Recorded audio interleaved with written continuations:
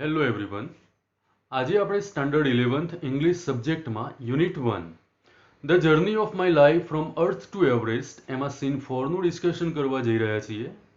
આ અગાઉ આપણે સીન 3માં સૌથી છેલ્લે એવું જાણ્યું હતું કે બચેન્દ્રી પાલે એવું જાહેર કર્યું કે અરુણિમા સિન્હા હવે એવરેસ્ટ સર કરી શકે એમ છે. આ સીન 4ની અંદર અરુણિમા સિન્હા કેવી રીતે એવરેસ્ટના શિખર સુધી પહોંચી હતી, એને કેવી તકલીફો પડી હતી, એ બધું જ અહીંયા જાણવાનું છે. So let's start scene 4. Scene 4 આ રીતે છે. I arrived at the Everest base camp on 11th April 2013. Arunima Sinha 11 April 2013ના રોજ એવરેસ્ટના બેઝ કેમ્પે પહોંચી હતી. Near about 2 years had passed since I was thrown out of the moving train. Arunima સિન્હાને ચાલતી ટ્રેનમાંથી બહાર ફેંકવાની ઘટનાને 2 વર્ષ જેટલો સમય વીતી ગયો હતો. At the camp, nobody seemed to know that I had an artificial leg. આ બેઝ કેમ્પ ઉપર કોઈને પણ એ વાતનો ખ્યાલ ન હતો કે અરુણિમાનો એક પગ આર્ટિફિશિયલ છે, એક પગ કૃત્રિમ છે. વન ડે while returning, પણ એક દિવસ શું થયું, જ્યારે અરુણિમા સિન્હા પાછી આવતી હતી, my left leg got wet with snow. અરુણિમાનો ડાબો પગ કે જે આર્ટિફિશિયલ હતો, એ ડાબો પગ ભીનો થયો. વેટ એટલે ભીનું થવું અને સ્નો એટલે બરફ. બરફના લીધે અરુણિમા સિન્હાનો ડાબો પગ ભીનો થયો. બીકોઝ એના પાછળનું કારણ શું હતું? I had slipped a couple of times on the slippery surface. Slippery એટલે લપસણું હોય એવું, અને સરફેસ એટલે સપાટી. પહાડો ઉપર લપસી જવાય તેવી સરફેસના લીધે અરુણિમા સિન્હા એકાદ બે વાર સ્લીપ થઈ ગઈ હતી, અને એના લીધે એનો ડાબો પગ જે કૃત્રિમ હતો, આર્ટિફિશિયલ હતો, એ ભીનો થયો હતો. નેક્સ્ટ મોર્નિંગ, બીજી સવારે, I left the artificial leg out in the sun to dry. પણ બીજા દિવસ સવારે અરુણિમા સિન્હાએ શું કર્યું? એનો ડાબો પગ કે જે આર્ટિફિશિયલ હતો એને બહાર કાઢ્યો અને સૂર્યના તડકામાં સુકાવા માટે મૂકી દીધો. એટ ધેટ ટાઈમ, એ સમયે, સમ ફોરેનર્સ રિયલાઇઝડ એટલે ભાન થવું, ખ્યાલ આવવો. એટ ધેટ ટાઈમ, એ સમયે, સમ ફોરેનર્સ રિયલાઇઝડ ધેટ કેટલાક ફોરેનર્સને ખ્યાલ આવ્યો, I had only one leg કે અરુણિમા સિન્હાને એક જ પગ છે. After that my TRP soared, અને ત્યારબાદ અરુણિમાની ટીઆરપીમાં વધારો થયો. ટીઆરપી એટલે ટેલિવિઝન રેટિંગ પોઈન્ટ, અને સોલ્ડ એટલે રેઇઝ, વધારો થવો. Question 1. When did Arunima arrive at the Everest base camp? Arunima Sinha એવરેસ્ટના બેઝ કેમ્પે ક્યારે પહોંચી હતી? Arunima arrived at the Everest base camp on 11th April 2013. Students, તમે દરેકે દરેક ફકરામાં અંડરલાઈન જોતા હશો. એ અંડરલાઈન હકીકતમાં આન્સર છે. Second question. Why did Arunima's left leg get wet? અરુણિમાનો ડાબો પગ શા માટે ભીનો થયો હતો? Answer. Arunima's left leg got wet, અરુણિમાનો ડાબો પગ ભીનો થયો હતો બીકોઝ, કારણ કે, she had slipped a couple of times on the slippery surface, કારણ કે સ્લીપરી સરફેસ ઉપર અરુણિમા સિન્હા એકાદ બે વાર સ્લીપ થઈ ગઈ હતી. Next paragraph. In my final expedition to Sagarmatha. Expedition એટલે ચઢાણ, અને સાગરમઠ એટલે શું દોસ્તો? તો બ્રેકેટમાં આપેલું જ છે. સાગરમઠનો મતલબ થાય છે હેડ ઓફ ધ સી, સમુદ્રનો રાજા, સમુદ્રનો head. The local name for the peak of Everest. એવરેસ્ટના શિખર માટે લોકલ નામ છે સાગરમઠ. એટલે કે ત્યાંના લોકલ લોકો કદાચ માઉન્ટ એવરેસ્ટના શિખરને સાગરમઠ કહેતા હશે. એટલે જ અહીંયા કહ્યું છે the local name for the peak of the Everest. Peak એટલે શિખર. In my final expedition to Sagarmatha. અરુણિમાનું હવે ફાઇનલ એક્સપિડિશન હતું, મતલબ કે છેલ્લું ચઢાણ હતું માઉન્ટ એવરેસ્ટના શિખર સુધી પહોંચવાનું. Nima Kancha was my mountain guide, અને એ વખતે નીમા કાંચા અરુણિમાનો માઉન્ટેન ગાઈડ હતો. શિખર સુધી પહોંચવા માટે કોઈ વ્યક્તિ ગાઈડ હોય છે, જેના માર્ગદર્શન હેઠળ જે તે વ્યક્તિ શિખર સુધી પહોંચી શકે છે. He was a nice and helpful Nepalese man. આ નીમા કાંચા કેવા હતા? તો ખૂબ સારા હતા, મદદરૂપ થાય એવા હતા અને પોતે નેપાળી હતા. Who used to scold me at times when upset. અને જ્યારે પણ અરુણિમા સિન્હા અપસેટ થાય, દુઃખી થાય, હતાશ થાય, એવા સમયે આ નીમા કાંચા અરુણિમા સિન્હાને સ્કોલ્ડ કરતા. સ્કોલ્ડ એટલે ઠપકો આપવો, બોલવું, વઢવું. પણ આવું ક્યારે થતું? જ્યારે પણ અરુણિમા સિન્હા હતાશ થાય, નિરાશ થાય, ત્યારે નીમા કાંચા અરુણિમા સિન્હાને ઠપકો આપતા કાં તો વઢતા. Question 3. What is the local name of Everest? એવરેસ્ટનું લોકલ નેમ શું છે? The local name of the Everest is Sagarmatha. એવરેસ્ટનું લોકલ નામ સાગરમઠ છે. Who was Arunima's mountain guide? Arunima સિન્હાના માઉન્ટેન ગાઈડ કોણ હતા? Nima Kancha was Arunima's mountain guide. Nima Kancha અરુણિમાના માઉન્ટેન ગાઈડ હતા. Question number 5. Who used to scold Arunima? Why? અરુણિમાને કોણ ઠપકો આપતું હતું? શા માટે? Nima Kancha Arunima's mountain guide used to scold Arunima when she upset. Nima Kancha કે જે અરુણિમાના માઉન્ટેન ગાઈડ હતા એ અરુણિમાને ઠપકો આપતા. પણ આવું ક્યારે કરતા? જ્યારે અરુણિમા સિન્હા અપસેટ થતી, દુઃખી થતી, ત્યારે નીમા કાંચા અરુણિમા સિન્હાને ઠપકો આપતા. Next paragraph. The last trek to the peak of Everest began. હવે એવરેસ્ટના શિખરે પહોંચવા માટેની છેલ્લો ટ્રેક શરૂ થાય છે. It was very dangerous. Mount એવરેસ્ટના શિખરે પહોંચવાનો લાસ્ટ ટ્રેક કેવો હતો દોસ્તો? તો ઇટ વોઝ વેરી ડેન્જરસ. એ ખૂબ જ ભયંકર હતો. નેરો પાથ અને ખૂબ જ સાંકડો રસ્તો હતો. આઈ સ્લીપ્ડ. એકાદ વાર તો અરુણિમા સિન્હા સ્લીપ પણ થઈ ગઈ હતી. And fell once. અને પડી પણ ગઈ હતી. Even my oxygen was running out. ધીમે ધીમે અરુણિમા સિન્હાનો ઓક્સિજન ઘટી રહ્યો હતો. I was struggling with my paining leg. Arunima Sinha એવરેસ્ટના લાસ્ટ ટ્રેક ઉપર ચડતી તો હતી, પણ એ વખતે એને કેવી તકલીફો પડતી? તો કહે છે I was struggling with my paining leg. એનો પગ ખૂબ જ દુખી રહ્યો હતો અને એવા પગ સાથે એ ઝઝૂમી રહી હતી, સ્ટ્રગલ કરતી હતી. My sherpa said. અહીંયા શેરપા એટલે નીમા કાંચા.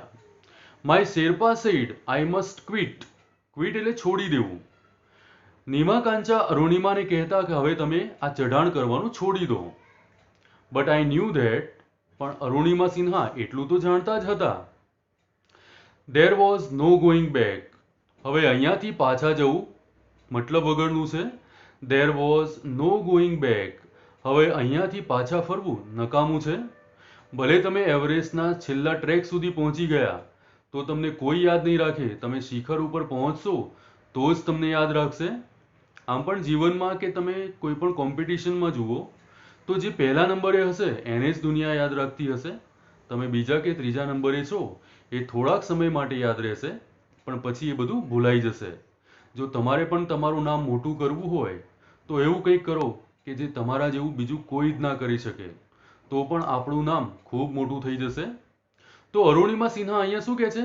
આઈ ન્યૂ ધેટ. મને પણ એ ખબર હતી. There was no going back. હવે અહીંયાથી પાછા જવું મતલબ વગરનું છે, નકામું છે. I pushed forward. અરુણિમા સિન્હાએ ગમે તેટલી મુશ્કેલીઓ હતી છતાં પણ પોતાની જાતને આગળ ને આગળ ધકેલતા રહ્યા. Though my sherpa kept insisting that I should return. Arunima સિન્હાના શેરપા એટલે કે નીમા કાંચા સતત અરુણિમાને કહ્યા કરતા હતા કે હવે તમારે અહીંયાથી પાછા જતા રહેવું જોઈએ. I have enough oxygen. પણ અરુણિમા સિન્હા પાસે એટલો તો ઓક્સિજન હતો ટુ રીચ ધ સમિટ, કે જેથી એ સમિટ એટલે કે શિખર સુધી પહોંચી શકે. And hoist the country's flag. અને શિખર ઉપર પહોંચીને આપણા દેશનો ધ્વજ લહેરાઈ શકે એટલો ઓક્સિજન તો એમની પાસે હતો જ. What happens આફ્ટરવર્ડ્સ doesn't matter એનીમોર. Arunima એવું કહે છે કે એકવાર શિખર સુધી પહોંચી જાઉં, આપણા દેશનો ધ્વજ લહેરાઈ દઉં અને ત્યારબાદ જે કંઈ પણ થશે એ કંઈ મેટર નથી કરતું, એ કંઈ મહત્વનું નથી. છેલ્લી લાઈન ફરીથી સમજીએ. What happens આફ્ટરવર્ડ doesn't matter એનીમોર. ત્યારબાદ જે કંઈ પણ થશે એ બહુ વધારે મહત્વનું નથી. અરુણિમા મક્કમ હતી કે ગમે તેમ થાય એને શિખર સુધી પહોંચવું હતું અને ત્યાં જઈને આપણા દેશનો ધ્વજ લહેરાવો હતો. Question number 6. How was the last track of the Everest. એવરેસ્ટના પહોંચવાનો છેલ્લો ટ્રેક, છેલ્લો રસ્તો કેવો હતો? The last track of the mount Everest કાં તો માઉન્ટેન વોઝ વેરી ડેન્જરસ. એ ખૂબ જ ભયંકર હતો. નેરો પાથ અને ખૂબ જ સાંકડો રસ્તો હતો. The last track of the mountain was very dangerous, narrow path. શિખર ઉપર પહોંચવાનો છેલ્લો રસ્તો ખૂબ જ ભયંકર અને સાંકડો હતો. Question number 7. What difficulties did Arunima face in the last track to the peak of Everest. Mount એવરેસ્ટના શિખર સુધી પહોંચવાનો જે છેલ્લો રસ્તો હતો ત્યાં અરુણિમા સિન્હાને કેવી મુશ્કેલીનો સામનો કરવો પડ્યો? Answer. Arunima slipped and fell once. Arunima slip થઈ ગઈ હતી અને એકાદ વાર પડી ગઈ હતી. Her oxygen was running out. એનો ઓક્સિજન ઘટી રહ્યો હતો. She was struggling with her paining leg. અને એનો પગ ખૂબ જ દુખી રહ્યો હતો અને એવા પગ સાથે એ શિખર ઉપર ચડવા માટે ઝઝૂમી રહી હતી. Next paragraph. I told Nima Kancha firmly. પછી અરુણિમા સિન્હાએ નીમા કાંચાને મક્કમતાથી કહ્યું, કારણ કે નીમા કાંચા વારંવાર કહેતા હતા કે હવે તમે અહીંયાથી પાછા વળી જાઓ, હવે ઉપર જવાનો કોઈ મતલબ નથી. નીમા કાંચાનું કહેવાનું એવું કેમ કહેતા હશે? કારણ કે નીમા કાંચાએ અરુણિમાનું પેન જોયું હશે, એ કેટલા ઝઝૂમી રહ્યા હતા એ બધું જોયું હશે અને એના જ લીધે કદાચ એમના શેરપા અરુણિમાને વારંવાર એવું કહેતા હતા કે હવે તમે અહીંયાથી પાછા જતા રહો. પણ ત્યારબાદ અરુણિમા સિન્હાએ શું કર્યું? આઈ ટોલ્ડ નીમા કાંચા ફર્મલી. અરુણિમા સિન્હાએ નીમા કાંચાને મક્કમતાથી કહ્યું, દ્રઢતાથી કહ્યું, રિમેમ્બર કે યાદ રાખો, none can defeat you until you concede. Defeat એટલે હાર માનવી અને કન્સીડ એટલે તાબે થવું. નીમા કાંચાને અરુણિમા સિન્હા શું કહે છે કે યાદ રાખો, none can defeat you until you concede. તમે જ્યાં સુધી તાબે ન થાઓ, તમે જ્યાં સુધી હાર ન માનો, ત્યાં સુધી તમને હરાવનાર કોઈ નથી. આ લેસન કદાચ આપણને આ શીખવવા માટે જ આપણી ટેક્સ્ટબુકમાં મૂકેલું છે. આપણે પણ જીવનમાં નાની મોટી મુશ્કેલીઓથી હાર ન માનવી જોઈએ, કારણ કે હાર તો ત્યારે જ છે કે જ્યારે આપણે આપણા મનથી હારી જઈએ. તમે જ્યાં સુધી નહીં હારો, ગમે તેવી પરિસ્થિતિનો સામનો કરશો તો ચોક્કસથી કોઈનો કોઈ ઉકેલ તો આવી જ જશે. પણ જો તમે મનથી હારી જાઓ તો તમે કંઈ જ નહીં કરી શકો. અરુણિમાનો એક પગ જ હતો, છતાં પણ એ માઉન્ટ એવરેસ્ટ સુધી પહોંચવાની હિંમત રાખતી હોય તો કદાચ તમારા કે મારા જીવનમાં માઉન્ટ એવરેસ્ટ જેવડી મુશ્કેલીઓ તો કદાચ નહીં જ હોય. નાની મોટી મુશ્કેલીઓ આવે તો આપણે એનો સામનો કરવો જોઈએ, કદી પણ હાર માનવાની નહીં. Remember, no one can defeat you until you concede. આપણે પણ યાદ રાખવાનું છે. અરુણિમાએ નીમા કાંચાને કહ્યું હતું કે તમે યાદ રાખો, જ્યાં સુધી તમે હાર નહીં માનો ત્યાં સુધી તમને કોઈ જ હરાવી શકે એમ નથી. યસ, હા, occasional failure will test you. Occasional એટલે પ્રસંગોપાત. Occasional failure will test you. પ્રસંગોપાત નાની મોટી નિષ્ફળતાઓ તો આપણને મળે જ અને કદાચ એ આપણો ટેસ્ટ પણ લેતી હોય, બટ કીપ ટ્રાઇંગ. નિષ્ફળતા મળે તો હારવાનું નથી, પણ શું કરવાનું છે? Keep trying. આપણે પ્રયત્ન ચાલુ રાખવાના છે. Some doors of opportunity will certainly open. જો આપણે પ્રયત્નો કરશું તો કોઈ એક સારી તકના દરવાજા ચોક્કસથી ખુલશે. તમને કોઈ એક સારી તક ચોક્કસથી મળશે કે જેમાંથી તમે ગમે તેવી મુશ્કેલી હોય એમાંથી બહાર આવી જશો. પણ તક ક્યારે મળશે દોસ્તો? જ્યારે આપણે પ્રયત્ન કરીશું ત્યારે. હાર માનીને બેસી ગયા તો કોઈ પણ પ્રકારની તક તમારા દરવાજે નહીં આવે. Then I could see him following me, even as I continued to drag myself to the top. આ બધી વાતચીત થયા પછી એવું બન્યું, then I could see, પછી અરુણિમા સિન્હા જોઈ શકતા હતા, him following me even as I continued to drag myself to the top. Arunima Sinha ત્યારબાદ પોતાની જાતને ડ્રેગ એટલે ઘસડીને માઉન્ટેન ટોપ સુધી જવા પ્રયત્ન કરતા હતા અને એ સમયે નીમા કાંચા પણ એમની પાછળ આવતો હતો. The drag walk drag continued till it finally happened. Arunima Sinha શિખર સુધી જ્યાં સુધી શિખરે ન પહોંચ્યા ત્યાં સુધી એમની ડ્રેગ વોક ડ્રેગ એટલે ઘસડાઈને ચાલવાનું શરૂ રાખ્યું અને છેવટે અરુણિમા સિન્હા માઉન્ટ એવરેસ્ટે પહોંચી પણ ગયા હતા. એ કેવી પરિસ્થિતિ હશે દોસ્તો, જ્યારે પોતે ચાલી શકતા ન હતા, એમનો પગ ખૂબ જ દુખતો હશે, ખૂબ જ પેઇન હશે, ત્યારે અરુણિમા સિન્હા ઘસડાઈને પણ છેક માઉન્ટ એવરેસ્ટના શિખરે પહોંચી ગયા. તો એમની હિંમત જબરજસ્ત કહેવાય. એમને આ વિકટ પરિસ્થિતિનો સામનો કર્યો અને હાર ન માની, માટે તેઓ શિખર સુધી પહોંચી શક્યા. Question number 8. What did Arunima tell Nima Kancha firmly? અરુણિમાએ નીમા કાંચાને મક્કમતાથી કે દ્રઢતાથી શું કહ્યું હતું? Answer: Arunima told Nima Kancha firmly that none can defeat you until you concede. Arunima સિન્હાએ નીમા કાંચાને દ્રઢતાથી કે મક્કમતાથી એવું કહ્યું હતું કે જ્યાં સુધી તમે હાર ન માનો ત્યાં સુધી તમને કોઈ હરાવી શકે એમ નથી. Next paragraph. The top is a small 20 by 20 ice table. Arunima Sinha હવે એવરેસ્ટના શિખરે પહોંચી ગઈ અને ત્યાં જઈને એણે જોયું કે શિખર કેવડું છે, તો 20 by 20 આઈસ ટેબલ હોય એવડું શિખર હતું. 20 by 20નું બરફનું ટેબલ હોય એવું આ માઉન્ટ એવરેસ્ટનું શિખર હતું. I saw several flags of various countries fluttering proudly. ત્યાં અરુણિમા સિન્હાએ જોયું કે ત્યાં અલગ અલગ દેશના ઘણા બધા ફ્લેગ્સ હતા કે જે ફ્લટરિંગ પ્રાઉડલી, ફ્લટરિંગ એટલે લહેરાવું અને પ્રાઉડલી એટલે ગર્વભેર, ત્યાં ઘણા બધા દેશના ફ્લેગ્સ હતા કે જે ગર્વભેર લહેરાઈ રહ્યા હતા. I had lived this moment so many times in my mind. Arunima સિન્હાએ આ ક્ષણ એના મનમાં ઘણી બધી વાર માણી હતી. એટલે કે એને સ્વપ્ન જોયા હતા, એને એના મનમાં પહેલેથી જ આ ક્ષણને માણી હતી કે એક દિવસ એ ચોક્કસથી માઉન્ટ એવરેસ્ટ ઉપર પહોંચશે. એટલે જ અરુણિમા સિન્હા કહે છે, I had lived this moment so many times in my mind. આ ક્ષણ મેં મારા મનમાં ઘણી બધી વાર માણી હતી. That I did not have to be told that finally I had arrived. કે જેથી અરુણિમા સિન્હા કહે છે કે એને પોતાની જાતને એ કહેવાની જરૂર ન હતી કે છેવટે માઉન્ટ એવરેસ્ટના શિખરે પહોંચી ગઈ હતી, કારણ કે એને આ સ્વપ્ન જોયું હતું અને એ મક્કમ પણ હતી કે એક દિવસ એનું સ્વપ્ન સાકાર થશે અને એને આ ક્ષણ ઘણી બધી વાર પોતાના મનમાં માણી પણ હતી. At 10:55 AM on 21st May 2013, I was on the top of the world. 21 મે 2013ના રોજ સવારે 10:55 વાગે અરુણિમા સિન્હા માઉન્ટ એવરેસ્ટના શિખર ઉપર હતી. અહીંયા એનું સ્વપ્ન પૂરું થાય છે, શિખર ઉપર પહોંચવાનું. Question number 9.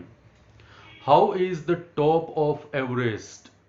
એવરેસ્ટનું શિખર કેવું છે, એવરેસ્ટનું ટોપ કેવું છે? The top of the Everest is 20 by 20 ice table. Mount એવરેસ્ટનું શિખર 20 by 20ના આઈસ ટેબલ જેવું છે. Question number 10. What did Arunima see on the top of the Everest? શિખર ઉપર અરુણિમા સિન્હાએ શું જોયું? Arunima saw several flags of various countries fluttering proudly. Arunima સિન્હાએ અલગ અલગ દેશના ઘણા બધા ફ્લેગ્સ ગર્વભેર લહેરાતા જોયા હતા. એના પછી છે દોસ્તો paragraph. I felt like dancing, crying and laughing at the same time. Arunima Sinha જ્યારે શિખર ઉપર પહોંચી ગઈ, એને બધું જોયું, એ વખતે એની લાગણી કેવી હતી, એને કેવું લાગ્યું હતું, એ અહીંયા દર્શાવ્યું છે. I felt like dancing, crying and laughing at the same time. એક જ સમયે એને ઘણી બધી લાગણીના ઉભરા આવતા હોય એવું લાગી રહ્યું છે. એને ડાન્સ કરવાનું મન થતું હતું, એને રડવાનું મન થતું હતું, એને હસવાનું મન થતું હતું. My mind was a kaleidoscope of emotions.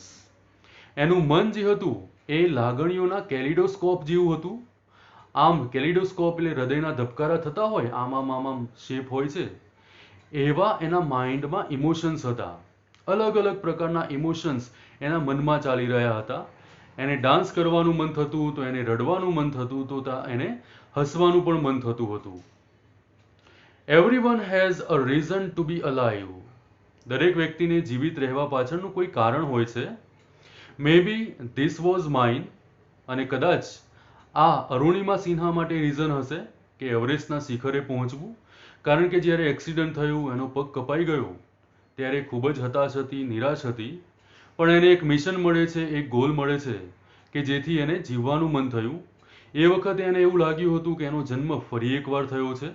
એટલા જ માટે અરુણિમા કહે છે, શિખર ઉપર પહોંચવાનું એના જીવન માટેનું એક કારણ હતું. I held my flag. પછી અરુણિમા સિન્હાએ ફ્લેગ હાથમાં લીધો. And raised both my hands high up to register my country's record. હાથમાં ફ્લેગ લઈ એને બંને હાથ ઊંચે કર્યા અને આ રીતે આપણા દેશનો રેકોર્ડ અરુણિમા સિન્હાએ સ્થાપિત કર્યો હતો. Question number 11. What did Arunima feel like? અરુણિમાને કેવું ફીલ થતું હતું? Arunima felt like dancing, crying and laughing at the same time. Arunima સિન્હાને એક જ સમયે ડાન્સ કરવાનું, રડવાનું કે પછી હસવાનું આવી ફિલિંગ્સ થતી હતી. દોસ્તો, આ લેસન અહીંયા કમ્પ્લીટ થાય છે. આ લેસન તમે યાદ રાખીને 2-5 માર્ક્સનું જે કંઈ પણ પૂછાશે એ બધું આપણે એક્ઝામમાં પણ લખી લઈશું. પણ આ લેસનનો એક સરસ સારો મેસેજ એ છે કે ગમે તેવી પરિસ્થિતિ હોય, હાર માનવી નહીં, સતત પ્રયત્ન કરવા કે જેથી કોઈની કોઈ તકના દરવાજા ચોક્કસથી તમારી સામે ઊભા રહેશે અને તમે ગમે તેવી મુશ્કેલીમાંથી બહાર આવશો. મને આશા છે કે આજનો આ વિડીયો તમારા માટે હેલ્પફુલ હશે. Thank you.